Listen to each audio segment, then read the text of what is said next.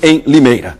Agora o assunto é o Guarani. Bom, se tem um lugar, se tem um nome sugestivo para o Guarani começar essa preparação, é a cidade de Porto Feliz.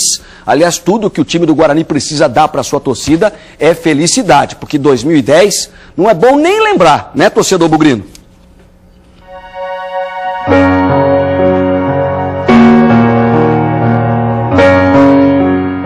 Porto Feliz. Há quanto tempo o Guarani procura um lugar assim?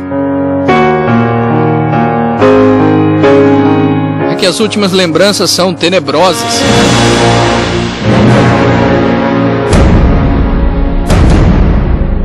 Mas chega de coisas ruins, 2011 só está começando.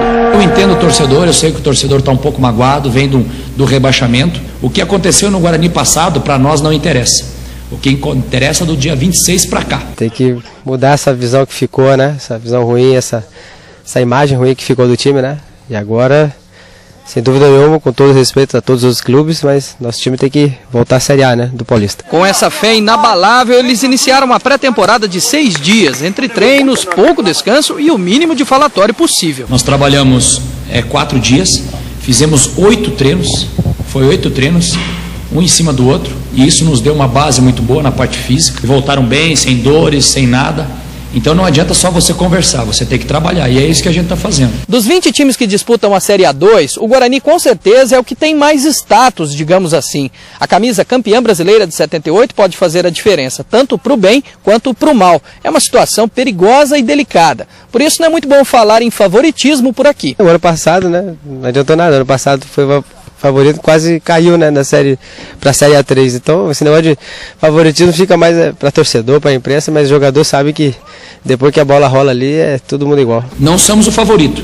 Podemos se tornar favorito dentro da competição. Só de boca ser favorito não adianta. Nós temos que trabalhar e entrar dentro de campo e jogar futebol, e aí sim se tornar favorito. O Guarani começa lentamente o ensaio para que os adversários dancem bonito no ano do centenário. Pois é, vi agora, né? Não tava sabendo disso aí não. Mas se for para ajudar, né, dentro de campo, tá bom. Alô, minha galera, preste atenção, Rebolation é a nova sensação. Menino e menina, não fiquem de fora que vai começar o pancadão. E que essa ginga, evidentemente, vá para dentro do campo, né? Que os adversários do Guarani é que rebolem. Pelo menos deve ser esse o pensamento do torcedor do Guarani e o Bugre fazendo essa pré-temporada. Amanhã tem jogo treino contra o Bragantino às 5 da tarde lá em Porto Feliz.